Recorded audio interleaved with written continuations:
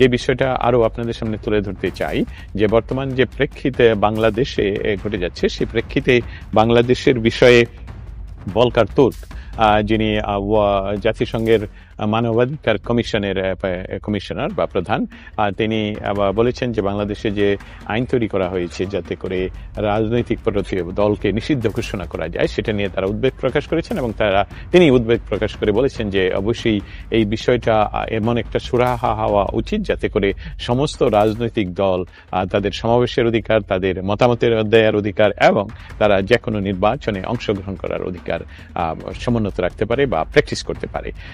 গেলেও কিছু কিছু বিষয় এখানে সুস্পষ্ট যে আমেরিকা বর্তমানে ইরান এবং ইসরায়েলের মধ্যে যে যুদ্ধ পরিস্থিতি বা যুদ্ধ চলছে গত 4 দিন ধরে, যেটা দুইটি দেশ এক দেশ থেকে আরেকটি দেশ দূরত্ব বহু হলেও সেখানে ইরানকে আক্রমণ করে বসে ইসরায়েল এবং পক্ষান্তরে ইরানও মিসাইল এবং অন্যান্যভাবে আক্রমণ করে যাচ্ছে ইসরায়েলকে এবং তারই পরিপ্রেক্ষিতে এখনো পর্যন্ত দৃশ্যমান কোনো সাপোর্ট ইরানের পক্ষে পৃথিবীর কোনো রাষ্ট্র থেকেই দেখা যায়নি। সেই সাথে আমেরিকা যুক্তরাষ্ট্র সম্পূর্ণভাবেই যেটা নিয়মগতভাবেই সবসময় ইসরায়েলকে সেখানে মধ্যপ্রাচ্যে সাপোর্ট করে যাচ্ছে, তারই প্রতিফলন বা উত্তর আমরা যা পেয়েছি আমি বলবো সেটা সেরকমই এসেছে। সেই সাথে বা আরো কিছু প্রশ্ন এসেছিল যে এই যুদ্ধ পরিস্থিতি সম্বন্ধে বা এই যুদ্ধে ইরানকে এবং ইসরায়েলের মাঝে কোনো ধরনের সমঝোতার আলাপ হবে কি হবে না তা নিয়ে আসলে সরাসরি তেমন কোনো উত্তরই টেমির কাছ থেকে না যায়নি। বা আমি যে বিষয়টা আরো আপনাদের সামনে তুলে ধরতে চাই যে বর্তমান যে প্রেক্ষিতে বাংলাদেশে ঘটে যাচ্ছে সেই প্রেক্ষিতে বাংলাদেশের বিষয়ে ভলকার তুর্ক, যিনি জাতিসংঘের মানবাধিকার কমিশনের কমিশনার বা প্রধান, তিনি বলেছেন যে বাংলাদেশে যে আইন তৈরি করা হয়েছে যাতে করে রাজনৈতিক দলকে নিষিদ্ধ ঘোষণা করা যায় সেটা নিয়ে তারা উদ্বেগ প্রকাশ করেছেন এবং তিনি উদ্বেগ প্রকাশ করে বলেছেন যে অবশ্যই এই বিষয়টা এমন একটা সুরাহা হওয়া উচিত যাতে করে সমস্ত রাজনৈতিক দল তাদের সমাবেশের অধিকার, তাদের মতামতের দেওয়ার অধিকার এবং তারা যে কোনো নির্বাচনে অংশগ্রহণ করার অধিকার সমুন্নত রাখতে পারে বা প্র্যাকটিস করতে পারে। ভলকার তুর্ক, আপনারা সকলে জানেন যে যখন বাংলাদেশের মেটিকুলাসলি ডিজাইন করে বাংলাদেশের ক্ষমতার পালাবদলের যে তথাকথিত আন্দোলনের পরবর্তীতে ভলকার তুর্ক তিনি বিবিসিকে বলেছিলেন যে বাংলাদেশে সশস্ত্র বাহিনীকে তথা আর্মিকে বা মিলিটারিকে তিনি ফোন করে বলেছিলেন 5 আগস্টের আগে যে যদি ছাত্র আন্দোলনকে প্রতিহত করার জন্য বর্তমান বাংলাদেশের সেনাবাহিনী কোনো ধরনের পদক্ষেপ গ্রহণ করে তাহলে সেখানে বাংলাদেশের সেনাবাহিনীর ভবিষ্যতে জাতিসংঘের শান্তি রক্ষা বাহিনীতে যোগদান নিয়ে যে কোনো ধরনের সমস্যা তৈরি হতে পারে। এটা উনি সরাসরি উল্লেখ করেছিলেন ওনার বিবিসির সাথে ইন্টারভিউয়ে।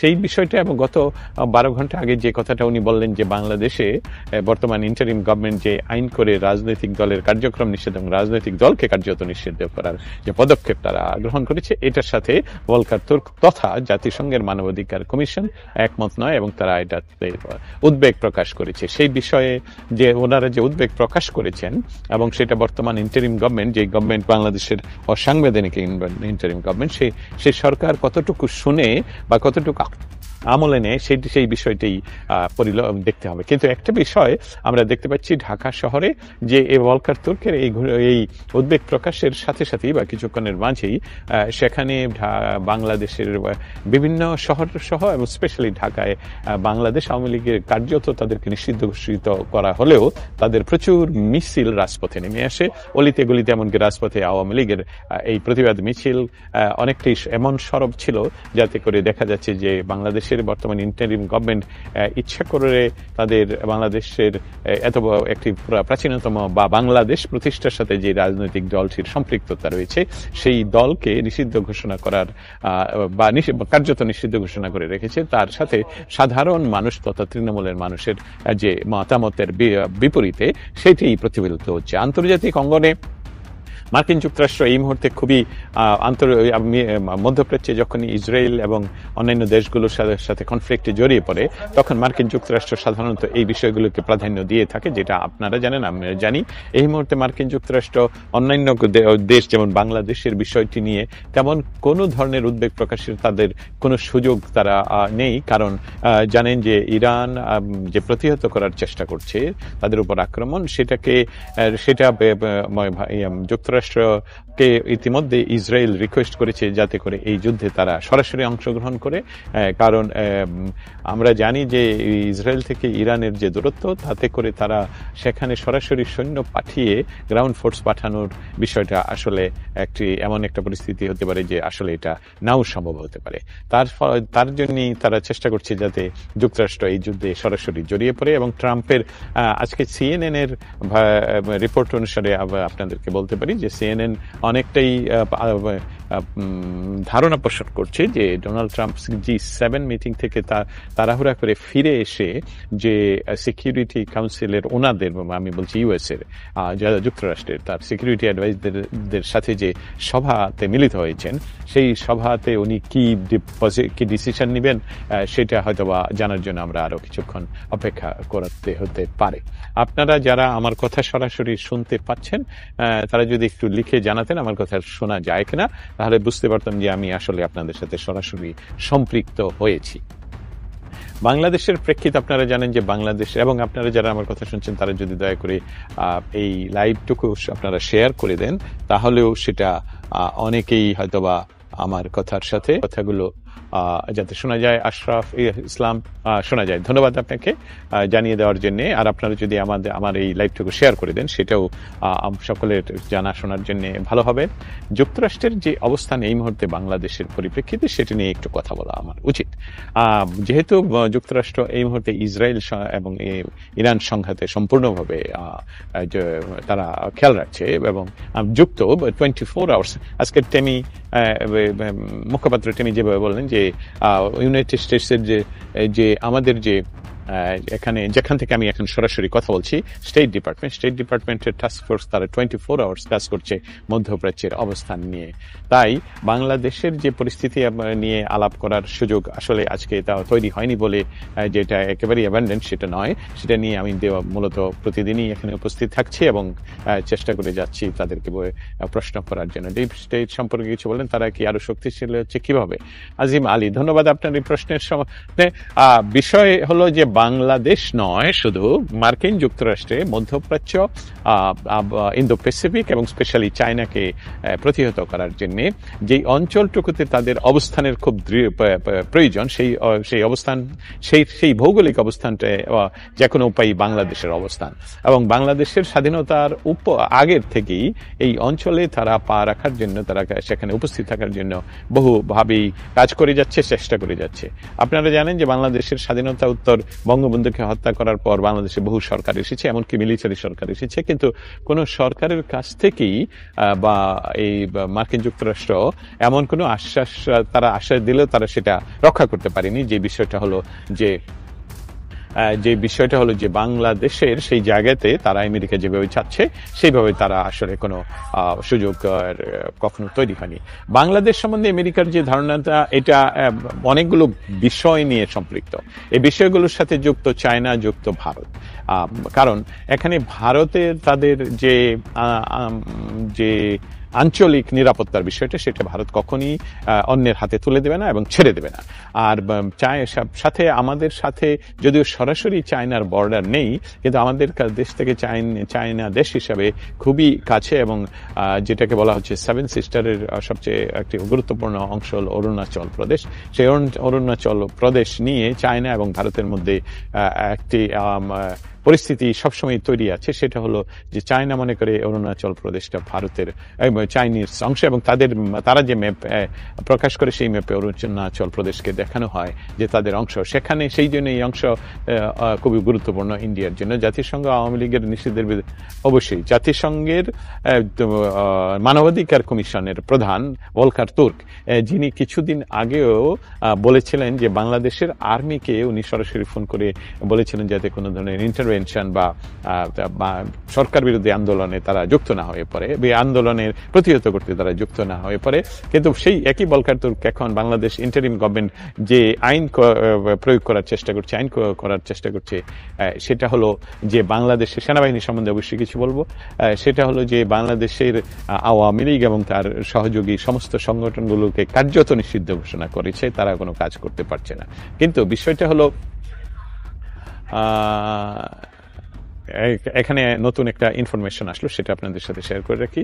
এই মুহূর্তে রিপোর্ট আসছে যে ডোনাল্ড ট্রাম্প বলেছেন যে আনকন্ডিশনাল করার জন্য, এগ্রিমেন্টে আসার জন্য ইউনাইটেড স্টেটসের সাথে, তাহলে এই নিউজটা আপনার ব্রেকিং নিউজ মাত্র আসলো।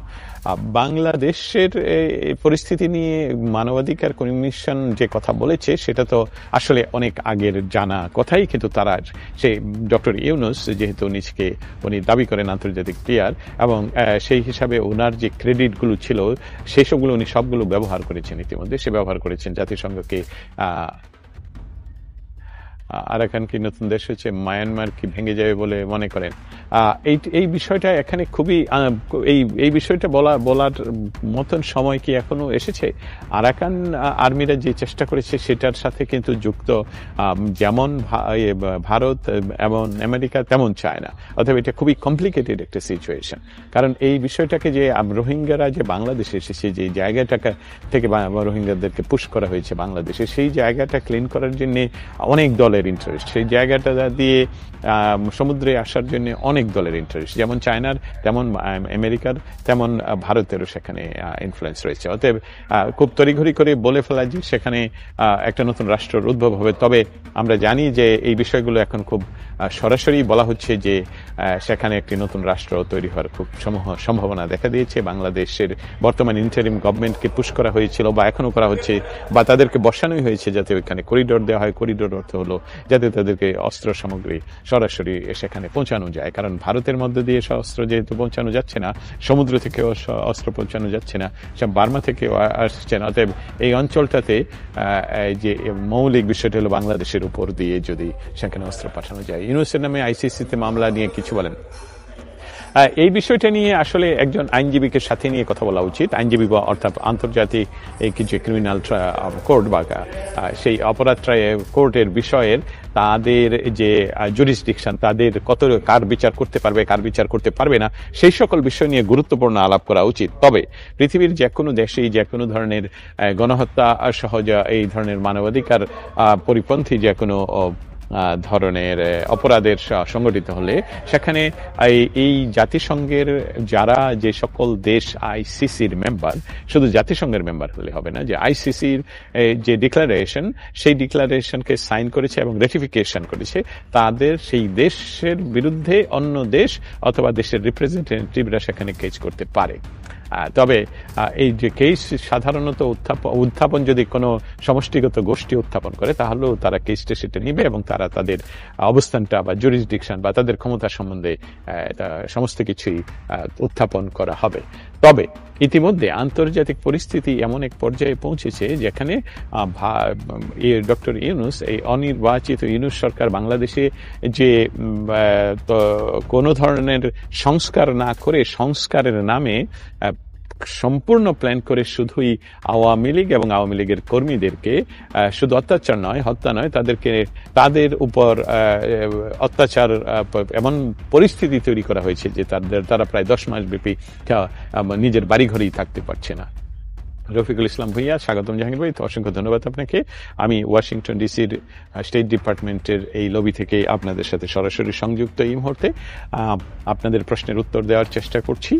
সেই সাথে আগামী যে নির্বাচন, এই নির্বাচন যাতে বাংলাদেশে ইনক্লুসিভ হয়, সেই ইনক্লুসিভ নির্বাচনের জন্য জাতিসংঘের ইনক্লুসিভের মৌলিক অর্থটা আমরা যদি মনে করি যে সবগুলো হলো সমস্ত দলের অংশগ্রহণ